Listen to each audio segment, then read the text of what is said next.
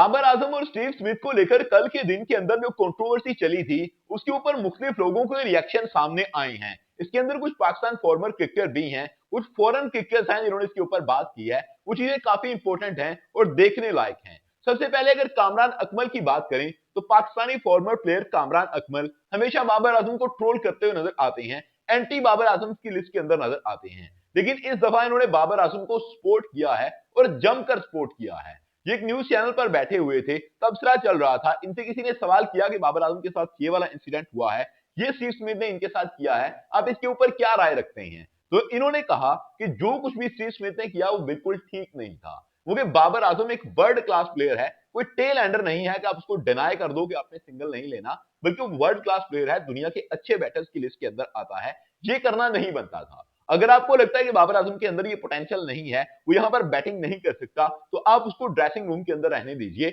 आप उसको पवेलियन के अंदर बिठाइए, उसको विकेट पर ना आने दीजिए। लेकिन अगर आपने विकेट पर उसको ला दिया, तो उसके बाद आपको ये सब नहीं करना चाहिए था। ये कामरान अकमल का पॉइंट ऑफ व्यू था। इसे आप कितना एग्री करेंगे, कितना नहीं करेंगे, आपकी राय है। लेकिन दूसरे नंबर पर फिर स्टीव स्मिथ ने खुद बात की कि स्टीव स्मिथ ने ऐसा किया क्यों, क्योंकि लोग इस चीज के ऊपर बात कर रहे थे कि स्टीव स्मिथ इतना ही टीम का भला चाह रहा था, या बैटिंग करना खुद चाह रहा था, या बाबर आजम को जलील करना चाह रहा था। इसके पीछे एक्चुअल रीजन क्या थी? स्मिथ स्मिथ से इस बारे में पूछा गया। वो पोस्ट मैच के अंदर तो नहीं आए थे, पोस्ट मैच कॉन्फ्रेंस के अंदर नहीं आए थे, लेकिन ब्रॉडकास्टर्स ने उनसे जब पूछा था, तो उन्होंने कहा कि असल के अंदर कैप्टन और कोच की तरफ से मुझे ये पैगाम दिया गया था कि आप ज्यादा स्ट्राइक रखने की खुद कोशिश करें। बाबर आजम उतना ज्यादा तेज नहीं खेल पा रहे जितनी हमें जरूरत है, क्योंकि आप जब 190 चेज कर रहे होते हो, तो 2-3 बॉल अगर डॉट हो जाती हैं, फिर मसला बन जाता है। और 11वें ओवर के अंदर यही चीज हुई थी। बाबर आजम ने लगातार 3 बॉल डॉट कर दिए थे, फिर चौथे बॉल पर सिंगल लेने के लिए जा रहे थे कि अगला ओवर वो खुद फेस कर सकें।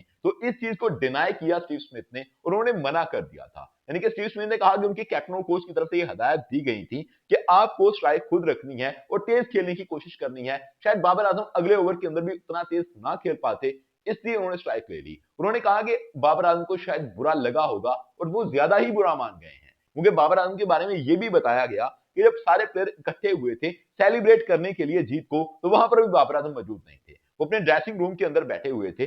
सब लोगों ने यही कहा कि वो रूड हो गए हैं काफी, और काफी ऑकवर्ड हुए इस चीज से। हालांकि इतना ऑकवर्ड होने वाली बात नहीं थी। अब मुकाबला भी जीत गए। स्टीव स्मिथ ने अगले ओवर के अंदर 32 रन भी लगा दिए और शानदार तरीके के साथ मैच खत्म हुआ। लेकिन फिर भी बाबर आजम नाराज हैं। मुझे समझ नहीं आती कि इनकी नाराजगी किस चीज की बन रही है। मार्क वोग ने भी इसी चीज के बारे में बात की। उन्होंने कहा कि बाबर आजम अगर स्टीव स्मिथ तेज खेल गया अगले ओवर के अंदर, तो नाराज ना हो। इनकी नाराजगी नहीं बनती। जिस तरह से इन्होंने बाउंड्री मार्कर के ऊपर जाकर बल्ला मारा है, जिस तरह से ये बाद में नहीं आए सेलिब्रेशन के दौरान, ये बिल्कुल भी चीज सूटेबल नहीं है। आप वर्ल्ड क्लास प्लेयर हो, आपको कंप्रोमाइज करना चाहिए। अगर एक प्लेयर आपको सिंगल नहीं देता और उसके बाद तगड़ा खेल जाता है, तो फिर आप ये सोच लीजिए कि वो मैच को अच्छे तरीके से फिनिश करना चाह रहा था, उसने फिनिश कर दिया।